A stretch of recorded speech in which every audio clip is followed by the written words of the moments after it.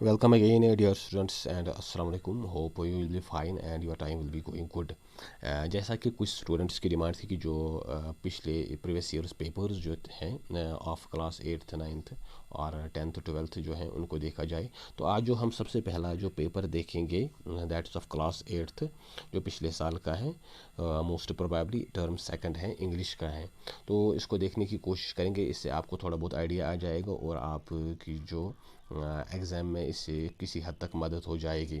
तो सबसे पहले जो है आपको यहाँ पे 40 मार्क्स हैं और टाइम है आपका 1 आवर और 14 क्वेश्चन हैं और हर क्वेश्चन के 2 मार्क्स हैं। Recall your textbook lesson mentioned question number 1 to 5 and answer the questions by choosing the most appropriate right answer from the given options। तो आपकी जो ये लेसन है उस पर ये बेस्ड क्वेश्चन हैं, you have to remember those very lesson their content, उसमें आपने क्या पढ़ा है तो उसी हिसाब से आपको इन आंसर्स देने हैं। यहाँ पे जो क्वेश्चन हैं इनके साथ साथ जो लेसन के नाम भी दिए गए हैं। तो सबसे पहले जो है ये पोलो से हैं, जो पोलो आपकी एक लेसन है। Polo is used as chief amusement in, polo सबसे ये अम्यूज़मेंट के तौर पे एज एन्जॉयमेंट एज रिक्रिएशन एक खेल के तौर पर कहाँ खेला जाता था। तो इस पोलो द किंग ऑफ गेम्स से लिया गया है, श्रीनगर, जम्मू, लद्दाख, पंजाब। तो इसका जो आंसर है लद्दाख है, क्योंकि ये इन्हीं इलाकों से निकली हैं जो सेंट्रल एशियन हाईलैंड्स हैं या ग्रास लैंड्स हैं, उन्हीं से ये गेम आई है।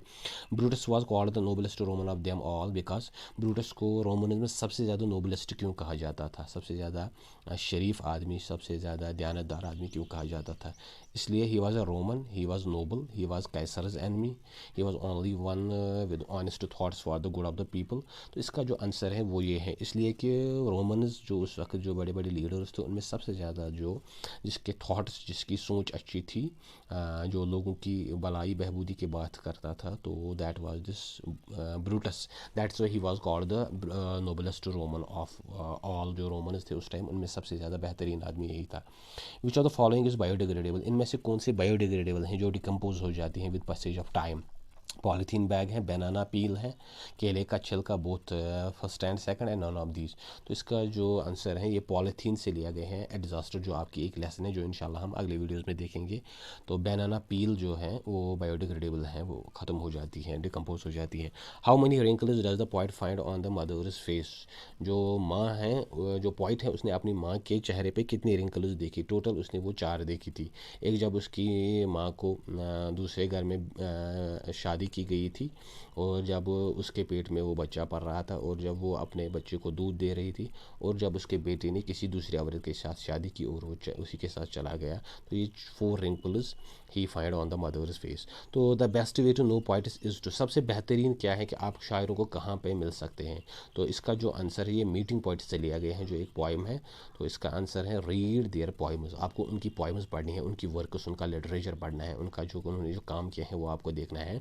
By that very thing you can meet those very points. वो सबसे बेहतरीन तरीका है कि आप उन शायरों से मिल सकते हैं जो पुराने वक्त में बड़े बड़े शायर, बड़े बड़े अदीब गुजरे हैं। You have to read their works and that is the best way to meet them, वही उनसे मुलाकात करने का सबसे अच्छा तरीका है।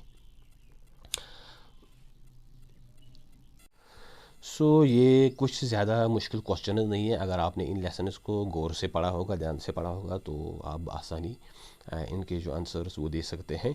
इसके बाद जो है दैट इज़ पैसेज जो आपके एग्ज़ाम में आता है जो बड़ा अहम है, क्योंकि इसको तकरीबन 10 या 15 मार्क्स का पैसेज आता है। तो जो यहाँ पैसेज है वो आपकी पोलो जो लेसन है उससे लिया गया है।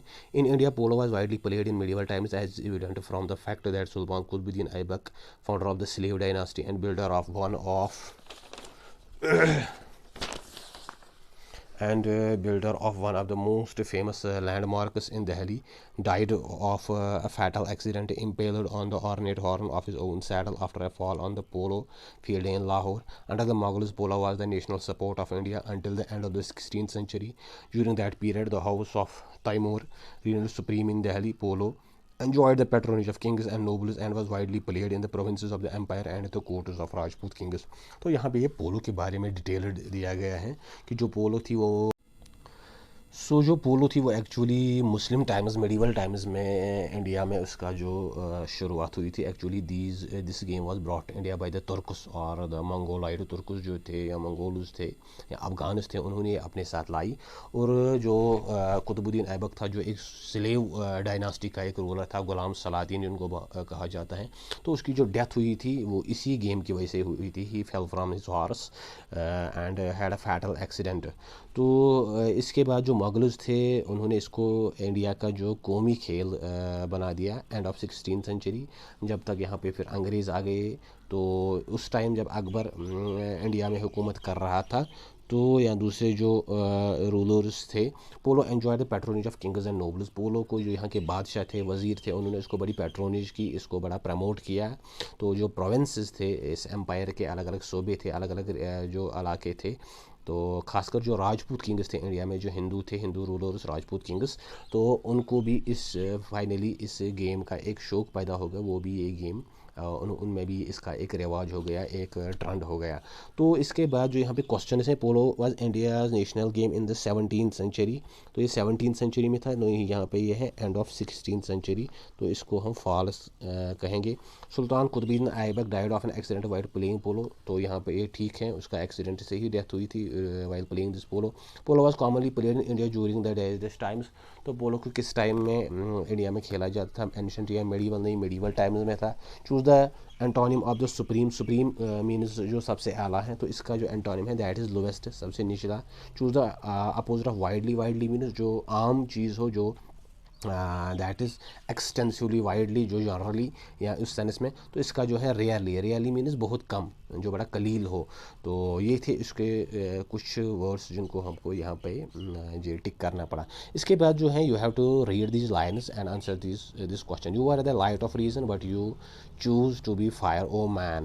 You put humanity to disgrace, how careless of you, oh man. Nature has fashioned you to abortion, love and affection, but you to buying and selling religion and faith instead.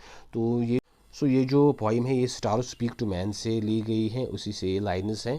तो इसके कुछ यहाँ पे फिर आंसर्स हमको लिखने हैं। The above lines have been taken from the poem star speak to man. Man has डाइडेश, मैन ने अपने आप को चूज़ किया है as fire. Which poetic device has been used in the stanza. तो इसमें दो पोइटिक डिवाइसेस हैं। एक तो यहाँ पे इंसान को जो फायर के साथ यहाँ पे कंपेयर किया गया है। एक तो यहाँ पे ये एज मेटाफर भी लिया गया है, क्योंकि इंसान को यहाँ पे कंपेयर किया गया है विद फायर।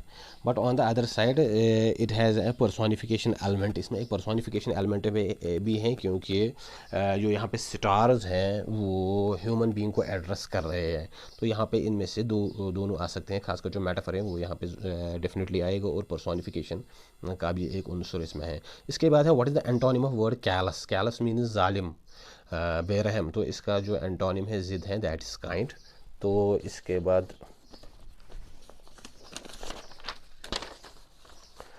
बाद जो है apportion. Apportion means to distribute, बांटना कोई चीज़।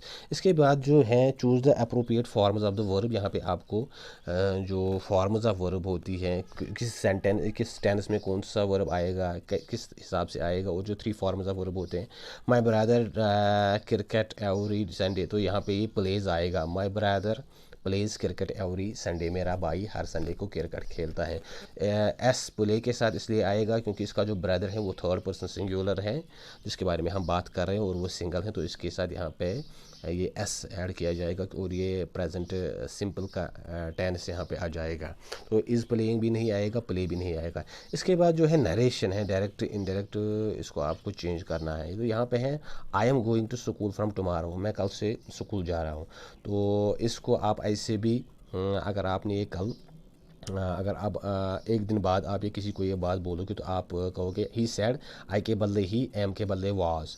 तो आई ही में कन्वर्ट हो जाएगा, एम वाज में हो जाएगा, क्योंकि ये पास्ट बन जाएगा। He was going to school from, तो यहाँ पे टुडे आ जाएगा। He was going to school from today, तो वो आज से स्कूल जा रहा है, आज से स्कूल जा रहा था। तो या he is going to school from today, वो आज से स्कूल जा रहा है। तो इस सेंस में भी आ जाएगा, क्योंकि अभी ये प्रेजेंट है, प्रेजेंट में ही रहेगा टुडे। तो इस हिसाब से यहाँ पे आएगा, he is going to school from today. इसलिए यहाँ पे रहेगा ये एम, और इसलिए यहाँ पे रहेगा ये कन्वर्ट नहीं होगा क्योंकि वो आई से स्कूल जा रहा है। अगर वो कुछ टाइम पहले जा रहा होता तो यहाँ पे ये एम वाज में कन्वर्ट होता। तो ऐसे ही यहाँ पे he said I am going to school tomorrow, तो ये भी यहाँ पे आएगा he said that he is going to school from today. तो इसके बाद है ये already he said I am going to school from tomorrow, ये ऑलरेडी यही सेंटेंस है। He said that he was going to school from next day, तो उसने कहा कि वो अगले दिन से स्कूल जा रहा है। ऑलरेडी इनडायरेक्ट में है तो इसको हम डायरेक्ट में देखेंगे, तो इसका आएगा ही सेड दैट, ही के बदले में यहाँ पे आई आएगा, ही सेड आई, अब कॉम आएगा, दैट नहीं आएगा। I am going to school from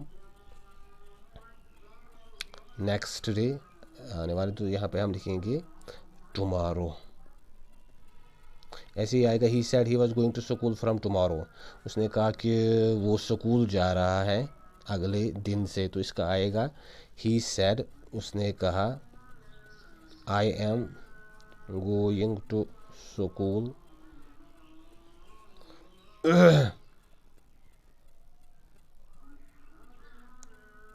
from tomorrow ही आएगा